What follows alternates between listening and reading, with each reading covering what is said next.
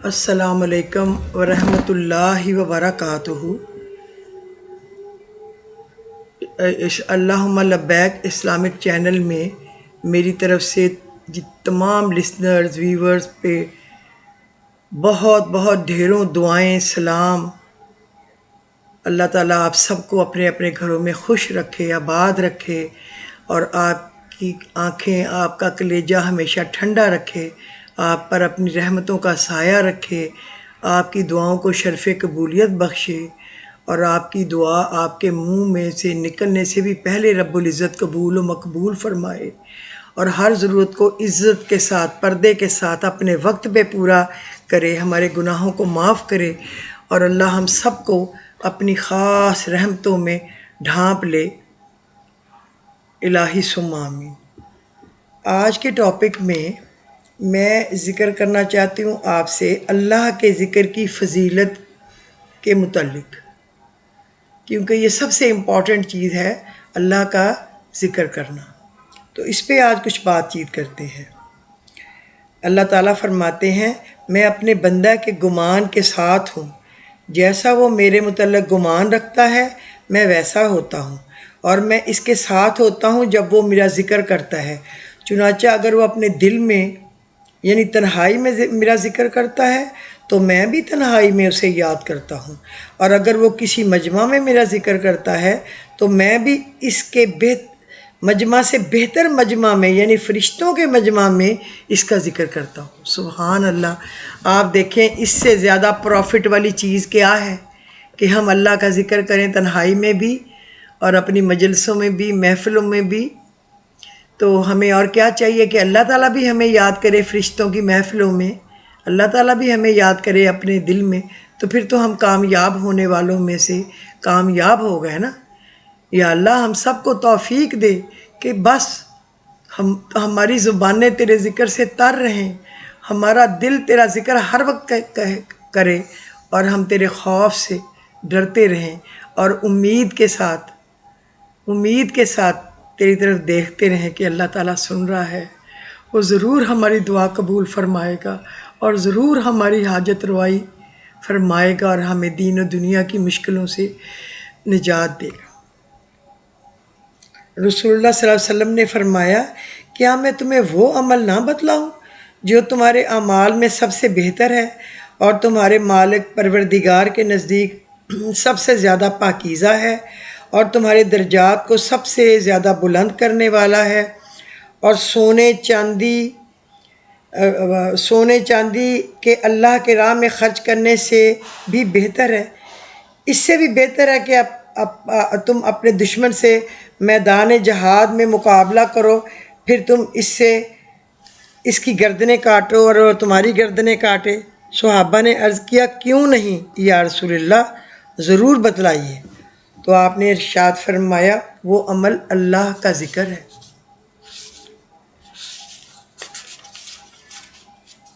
ایک اور حدیث میں رسول اللہ صلی اللہ علیہ وسلم نے فرمایا، کوئی صدقہ عمل خیر یعنی اللہ کے ذکر سے افضل نہیں۔ رسول اللہ صلی اللہ علیہ وسلم نے بتلایا کہ اللہ تعالیٰ کے کچھ فرشتے اس پر مامور ہیں کہ راستوں میں گھوم پھر کر اللہ کا ذکر کرنے والوں کو تلاش کرتے رہتے ہیں، اور پس جب وہ کسی جماعت کو اللہ جل شانہ کا ذکر کرتے ہوئے پاتے ہیں تو آپس میں ایک دوسرے کو آواز دیتے ہیں کہ آؤ اپنے مقصود یعنی ذکر اللہ کی طرف آ جاؤ، تو وہ سب فرشتے مل کر آسمان دنیا تک اس ذکر کرنے والوں کو اپنے بازوؤں کے سائے میں لے لیتے ہیں۔ سبحان اللہ۔ رسول اللہ صلی اللہ علیہ وسلم نے فرمایا، اس شخص کی مثال جو اپنے پروردگار کا ذکر کرتا ہے اس شخص کی ہے جو اپنے پروردگار کا ذکر نہیں کرتا، زندہ اور مردے کی مثال۔ لا حول ولا قوت الا باللہ العلی العظیم۔ ایک اور جگہ حدیث شریف میں آیا ہے، رسول اللہ صلی اللہ علیہ وآلہ وسلم نے بتلایا، جب بھی کوئی جماعت اللہ کا ذکر کرنے کے لیے بیٹھتی ہے تو فوراً رحمت کے فرشتے ان کو چاروں طرف سے گھیر لیتے ہیں، اور اللہ کی رحمت ان کو ڈھانپ لیتی ہے، سکون و اطمینان ان پر برسنے لگتا ہے، اور اللہ تعالیٰ فرشتوں سے ان ذکر کرنے والوں کا تذکرہ کرتے ہیں جو اس کے پاس موجود رہتے ہیں۔ سبحان اللہ۔ ایک اور حدیث میں ہے، ایک صحابی نے عرض کیا، یا رسول اللہ، اسلام کے موجب یعنی اجر و ثواب احکام تو بہت ہو گئے، آپ نے مجھے کوئی ایسی بھی چیز بتلا دیجئے کہ میں مضبوط پکڑ لوں اور برابر کرتا رہوں۔ آپ نے فرمایا، تمہاری زبان برابر اللہ کے ذکر سے تر و تازہ رہنی چاہیے۔ ایک صحابی معاذ بن جبل کہتے ہیں کہ آخری بات جس پر میں رسول اللہ صلی اللہ علیہ وآلہ وسلم سے جدا ہوا ہوں وہ یہ ہے کہ میں نے آپ سے دریافت کیا، کون سا عمل ہے جو اللہ کو سب سے زیادہ پسند ہے؟ آپ نے ارشاد فرمایا، وہ عمل یہ ہے کہ تمہیں اس حالت میں موت آئے کہ تمہاری زبان اللہ کے ذکر سے تر ہو۔ ایک اور حدیث میں ہے کہ انہی صحابی معاذ بن جبل نے عرض کیا، یا رسول اللہ، مجھے کچھ ایسی وصیت کیجیے۔ آپ نے فرمایا، اپنے مقدور بھر اللہ کے تقوی یعنی خوف و خشی کو اپنے اوپر لازم کر لو، اور ہر حجر و شجر کے پاس یعنی ہر جگہ اللہ کا ذکر کیا کرو، اور جو بھی کوئی برا کام کر بیٹھو فوراً اللہ کے سامنے اس سے اثر نو توبہ کرو، پوشیدہ گناہ کی توبہ پوشیدہ اور اعلانیہ گناہ کی توبہ اعلانیہ ہے۔ ایک اور حدیث میں حضور اکرم صلی اللہ علیہ وسلم نے فرمایا، کسی بھی آدمی نے کوئی عمل ایسا نہیں کیا جو اللہ کے ذکر سے زیادہ ہے، اس کو اللہ کے عذاب سے نجات دلانے والا ہو۔ یعنی اللہ کے ذکر سے زیادہ بہتر کوئی عمل نہیں ہے جو عذاب سے نجات دلانے والا، سب سے افضل اللہ کا ذکر ہی ہے۔ صحابہ نے عرض کیا، یا رسول اللہ، نہ اللہ کی راہ میں جہاد؟ آپ نے فرمایا، ہاں، نہ اللہ کی راہ میں جہاد بجز اس شخص کے جو اپنی تلوار سے دشمنوں کی گردنیں اس قدر کاٹے کہ وہ ٹوٹ جائے۔ آخری جملہ کو آپ نے 3 مرتبہ فرمایا۔ ایک جگہ اگر ایک آدمی کی گود میں درہم ہوں، روپے یعنی بھرے ہوئے ہوں، اور وہ ان کو برابر تقسیم کر رہا ہو، اور دوسرا آدمی برابر اللہ کا ذکر کر رہا ہو، تو اللہ کا ذکر کرنے والا اس درہم تقسیم کرنے والے سے افضل ہوگا۔ یہ بھی نبی اکرم صلی اللہ علیہ وسلم نے ایک جگہ فرمایا۔ ایک اور حدیث میں ہے، رسول اللہ صلی اللہ علیہ وسلم نے فرمایا، جب تم بہشت کے سبزہ زاروں میں گزرا کرو تو سیر ہو کر چر لیا کرو، یعنی ذکر اللہ کی نعمت خوب اچھی طرح حاصل کر لیا کرو۔ صحابہ نے عرض کیا، بہشت کے باغ کیا ہیں؟ آپ نے فرمایا، ذکر کے حلقے، مجمع۔ یا اللہ، ہمارے ذکر کی محفل بند ہوئے بھی 4 مہینے کے قریب ہو گئے ہیں، ہمیں بھی ہمارے ذکر کی محفل، ہمارا مجمع لوٹا دے، ایسے حالات اچھے کر دے کہ ہم دوبارہ جمع ہو کے تیرا ذکر کر سکیں۔ تو ہر چیز پہ قادر ہے۔ اللہ تعالیٰ فرماتے ہیں کہ آج تمام اہل محشر کو معلوم ہو جائے گا کہ کرم یعنی عزت و احترام کے لائق کون لوگ ہیں۔ تو رسول اللہ صلی اللہ علیہ وسلم سے دریافت کیا گیا، یا رسول اللہ، عزت و احترام کے لائق کون لوگ ہیں؟ آپ نے فرمایا، وہ مسجد میں ذکر کی مجلسیں منعقد کرنے والے ذاکرین۔ ہر آدمی کے دل کی 2 کوٹھڑیاں ہیں، آپ نے فرمایا، ایک میں فرشتہ رہتا ہے اور دوسرے میں شیطان۔ بس جب وہ شخص اللہ کے ذکر میں مصروف ہوتا ہے تو شیطان پیچھے ہٹ جاتا ہے، اور جب اللہ کا ذکر نہیں کرتا تو شیطان اپنی چونچ اس کے دل پر رکھ دیتا ہے، یعنی اس کے دل پر مسلط ہو جاتا ہے اور طرح طرح کے وسوسے ڈالتا ہے۔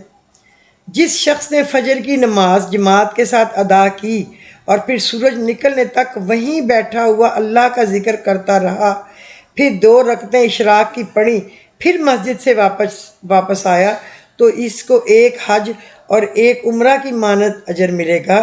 پورے حج اور عمرہ کا ثواب کے ساتھ وہ واپس مسجد سے گھر آئے گا۔ اس کا اتنا اجر لے کے وہ آئے گا مسجد سے گھر واپس۔ ذکر اللہ سے غافل لوگوں کے ماحول میں اللہ کا ذکر کرنے والا اس مجاہد کی مانند ہے جو میدان جنگ سے بھاگنے والوں کی جماعت میں ثابت قدم رہا ہو۔ سبحان اللہ۔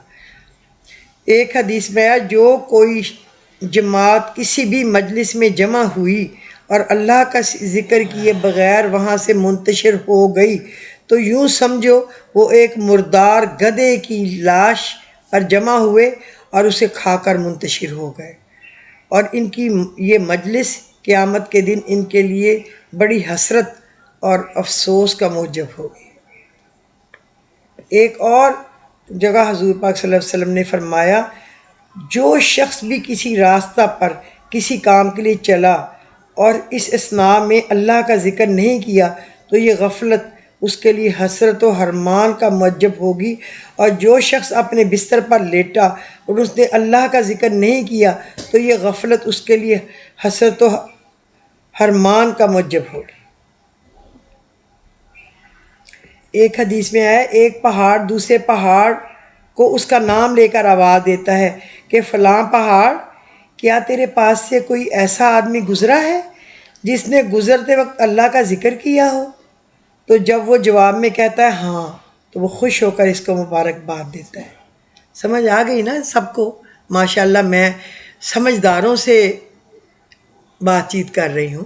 یعنی آپ سفر میں جا رہے ہیں تو آپ کو کہیں پہاڑ میں سے گزر رہے ہیں، کہیں سڑک میں، کہیں میدان میں، کہیں کسی وادی میں، کہیں اجاڑ جگہ میں آپ اللہ کا ذکر کرتے جاتے ہیں تو ہر جگہ جو ہے نا وہ آپ کی گواہ بنتی جاتی ہے۔ خدا کی قسم، بجائے اس کے کہ اس میں آپ میوزک سنیں اور غافل ہو کے بیٹھیں، تو جو ڈرائیونگ کر رہا ہے وہ تو زبانی یہ ذکر کرتا رہے، لیکن جو اس کے ساتھ بیٹھنے والے ہیں وہ تسبیحات بھی پڑھ سکتے ہیں اور سورہ قرآن پاک اپنے پاس رکھ کے اس پہ بھی پڑھ سکتے ہیں، بجائے اس کے کہ وہ اپنا وقت ضائع کریں۔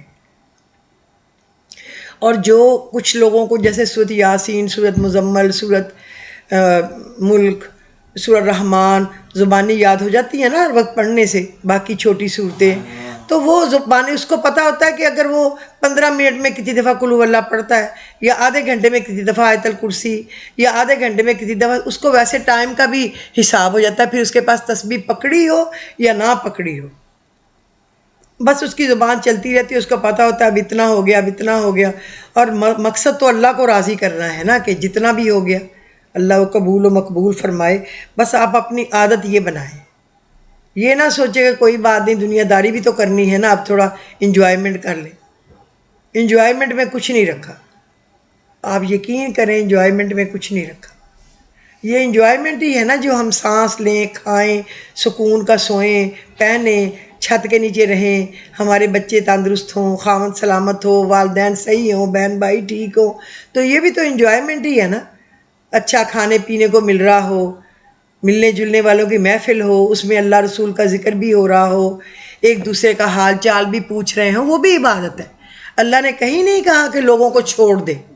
میرا مقصد ہے فضول مووی ڈرامہ اور فضول کی یہ جو گانے شانے سننے ہیں، شیطانی کام، یہ بھلے تو لگتے ہیں، ایک گانا سنو تو بندے کے دل میں آتا ہے چلو ایک دو اور سن لیتے ہیں، یار بڑی دیر سے کبھی سنا نہیں، کیونکہ شیطان فوراً اپنی طرف توجہ کراتا ہے نا، وہ ہمارے دل پہ اپنی چونچ رکھ دیتا ہے تو ہمارا بھی شوق ہو جاتا ہے۔ لیکن کوشش کریں ہم اس بدبخت کو چونچ نہ رکھنے دیں، بس ہم اس فرشتے کو جو ہمارے دل میں بیٹھا ہے نا، اللہ کا فرشتہ، بس وہ ہمارے باہر نکال کے منہ دیکھتا رہے، اس کو متوجہ رکھے اور شیطان کو اپنی کوٹھڑی میں بند کر کے مرا رہنے دے، تو یہی بہتر ہے۔ ایک حدیث میں حضور پاک صلی اللہ علیہ وسلم نے فرمایا، اللہ کے نیک بندے وہ ہیں جو اللہ کے ذکر کے لیے سورج، چاند، ہلال اور ستاروں اور سایوں کی دیکھ بھال رکھتے ہیں، ہر وقت اور موقع کے مناسبت سے اللہ کا ذکر کرتے ہیں۔ ایک اور حدیث میں آیا ہے کہ قیامت کے دن جنت والے کسی چیز پر افسوس نہ کریں گے بجز اس ساعت کے جو ان پر گزر گئی اور اس میں انہوں نے اللہ کا ذکر نہیں کیا، کہ کاش اس ساعت میں بھی ہم اللہ کا ذکر کرتے اور اس کا بھی اجر و ثواب پاتے۔ تو تم کثرت سے اللہ کا ذکر کیا کرو، کہ اتنا کیا کرو کہ لوگ تم کو دیوانہ کہنے لگ جائے، پاگل ہو گیا یار، ہر وقت یہ ایسے ہی پڑھتا رہتا ہے، یا پڑھتی رہتی ہے۔ اللہ کرے ہم ان دیوانوں میں بن جائیں۔ رسول اللہ صلی اللہ علیہ وسلم نے صحابہ کرام کو حکم فرمایا کہ تکبیر یعنی اللہ اکبر، تقدیس سبحان اللہ الملک القدوس اور تحلیل لا الہ الا اللہ کی تعداد کا خیال رکھا کرے اور انہیں انگلیوں پر شمار کیا کریں۔ فرمایا اس لیے کہ قیامت کے دن ان انگلیوں سے دریافت کیا جائے گا اور انہیں قوت گویائی دے کر بلوایا جائے گا، اور وہ بتلائیں گی کہ کتنی تعداد میں تکبیر و تقدیس و تحلیل کی تھی۔ اور یہ جو ہے نا سبحان المالک القدوس، یہ عرش کے جو حاملین ہیں نا، جنہوں نے عرش کو اٹھایا ہوا ہے فرشتے، ان کی دعا ہے۔ اس کا بہت زیادہ اجر ہے۔ جتنا بھی آپ پڑھ سکیں پڑھا کریں یہ ساری چیزیں۔ رسول اللہ صلی اللہ علیہ وسلم نے عورتوں سے خطاب کے فرمایا تم سبحان اللہ اور سبحان المالک القدوس اور لا الہ الا اللہ کو اپنے اوپر لازم کر لو، اور کبھی اس سے غفلت نہ کرو کہ تم اللہ کی رحمت سے فراموش یا محروم کر دی جاؤ۔ تو میرے خیال میں اگر ہم تسبیح بھی پکڑ کے پڑھتے ہیں تو تسبیح بھی تو ہماری انگلی ان دانوں کو کرتی ہے نا، تو وہ انگلی بھی گواہ ہو جائے گی انشاءاللہ تعالیٰ، اور وہ دانہ بھی گواہ ہو جائے گا کہ مجھ پہ پڑا تھا۔ کیونکہ پھر انگلیوں پہ کئی دفعہ ہمارا دھیان ادھر ادھر جائے تو ہم شمار نہیں کر سکتے کہ ہم نے کم از کم 10 تسبیحیں پڑھنی تھی، پڑھ لی ہیں کہ نہیں۔ وہ ذرا لمبے والا یاد رکھنا مشکل ہے، 100 یا 200 تو بندہ یاد رکھ سکتا ہے۔ حضرت عبداللہ بن عمر رضی اللہ تعالیٰ عنہ فرماتے ہیں کہ میں نے رسول اللہ صلی اللہ علیہ وسلم کو سیدھے ہاتھ کی انگلیوں پر تسبیح پڑھتے ہوئے دیکھا۔ رسول اللہ صلی اللہ علیہ وسلم نے فرمایا مجھے صبح کی نماز کے بعد سے سورج نکلنے تک اللہ کا ذکر کرنے والے لوگوں کے ساتھ بیٹھنا اس سے زیادہ پسند ہے کہ میں حضرت اسماعیل علیہ السلام کی نسل کے 4 غلاموں کو آزاد کر دوں، اور اس طرح میں ان لوگوں کے ساتھ بیٹھوں جو عصر کی نماز کے بعد سے سورج ڈوبنے تک اللہ کا ذکر کرتے رہتے ہیں۔ یہ مجھے اس سے زیادہ محبوب ہے کہ میں 4 غلام اولاد اسماعیل کے آزاد کر دوں۔ سبحان اللہ۔ رسول اللہ صلی اللہ علیہ وسلم نے ارشاد فرمایا تنہا سفر کرنے والے سبقت لے گئے۔ صحابہ نے عرض کیا یا رسول اللہ یہ تنہا سفر کرنے والے کون لوگ ہیں؟ آپ نے فرمایا کثرت سے اللہ کا ذکر کرنے والے مرد اور عورتیں۔ اسی روایت کے دوسرے الفاظ یہ ہیں کہ اللہ کا ذکر کرنے کے شیدائی، یہ اللہ کا ذکر ان کے گناہوں کے بوجھ ہلکے کرتا رہتا ہے، چنانچہ وہ قیامت کے دن اللہ کے دریا میں ہلکے پھلکے ہو کر آئیں گے، اللہ کے دربار میں ہلکے پھلکے ہو کر آئیں گے۔ رسول اللہ صلی اللہ علیہ وسلم نے بتلایا اللہ تعالیٰ نے حضرت یحییٰ بن زکریا علیہ السلام کو 5 باتوں کا حکم دیا کہ وہ خود بھی ان پر عمل کرے اور بنی اسرائیل کو بھی حکم دے کہ وہ ان پر عمل کرے۔ پوری حدیث یوں ہے کہ حضرت یحییٰ نے کہا میں تم کو حکم دیتا ہوں کہ تم کثرت سے اللہ کا ذکر کیا کرو، وہ اس لیے کہ اس ذکر کرنے والے کی مثال اس شخص کی سی ہے جس کے تعاقب میں دشمن انتہائی تیز رفتاری کے ساتھ نکلا ہو اور وہ دشمن بھاگتے بھاگتے ایک محفوظ قلعے تک پہنچ گیا ہو اور اس میں پناہ گزین ہو کر دشمن سے اپنی جان بچا لی ہو۔ بالکل اسی طرح اللہ کے بندے اپنے دشمن شیطان سے اللہ کے ذکر کے سوا اور کسی چیز سے اپنے آپ کو نہیں بچا پائیں گے۔ رسول اللہ صلی اللہ علیہ وسلم نے فرمایا خدا کی قسم دنیا میں کچھ لوگ نرم و گداز بستروں پر لیٹ کر بھی سونے کی بجائے اللہ کا ذکر کیا کرتے ہیں، انہیں اللہ تعالیٰ جنت کے اعلیٰ درجات عطا فرمائیں گے۔ رسول اللہ صلی اللہ علیہ وسلم نے ارشاد فرمایا بے شک وہ لوگ جن کی زبانیں ہمیشہ اللہ کے ذکر سے تر و تازہ رہتی ہیں ہنستے ہوئے جنت میں جائیں گے۔ تو اور پھر ہمیں اللہ سے کیا لینا ہے؟ اللہ ہم سب کو ہنستے ہوئے جنت الفردوس میں داخل فرمائے اور ہمیں اپنے نبی کریم صلی اللہ علیہ وسلم کے ہاتھوں حوض کوثر کا پانی نصیب کرے اور ہمیں حضور پاک صلی اللہ علیہ وسلم کے قربت میں کہیں رہنا نصیب کرے، ہمیں سارے صحابہ اکرام کو اور ہمیں سارے جو ہے نا حضور پاک صلی اللہ علیہ وسلم کے جو خلفائے راشدین ہیں ان سے ملاقات کا بھی شرف نصیب فرمائے، اللہ پاک ہمیں اپنا دیدار نصیب کرائے۔ آمین الہی ثم آمین۔ اگر آپ کو میرا آج کا ایپیسوڈ پسند آیا ہو تو آپ پلیز اس کو لائک کر دیں، شیئر کر دیں، اور اگر آپ اپنے قیمتی وقت میں سے کچھ وقت نکالنا پسند کریں تو آپ اس کو سبسکرائب کر دیجئے۔ اللہ تعالیٰ آپ کو بہت خوشیاں دے. اور دیکھیں یہ صدقہ جاریہ ہے، اگر یہ باتیں ہم کچھ لوگوں تک پہنچائیں گے نا تو یہ چلتا رہے گا آگے، اس سے آگے، اس سے آگے، کیونکہ یوٹیوب پہ تو چلتا رہے گا، اور جتنا بھی یہ چلتا رہے گا وہ ہر حصہ لینے والے کو اس کے بقدر اجر جو ہے وہ عطا کیا جائے گا. تو آج کے اس ایپیسوڈ میں آپ مجھے اجازت دیجیے. خدا حافظ.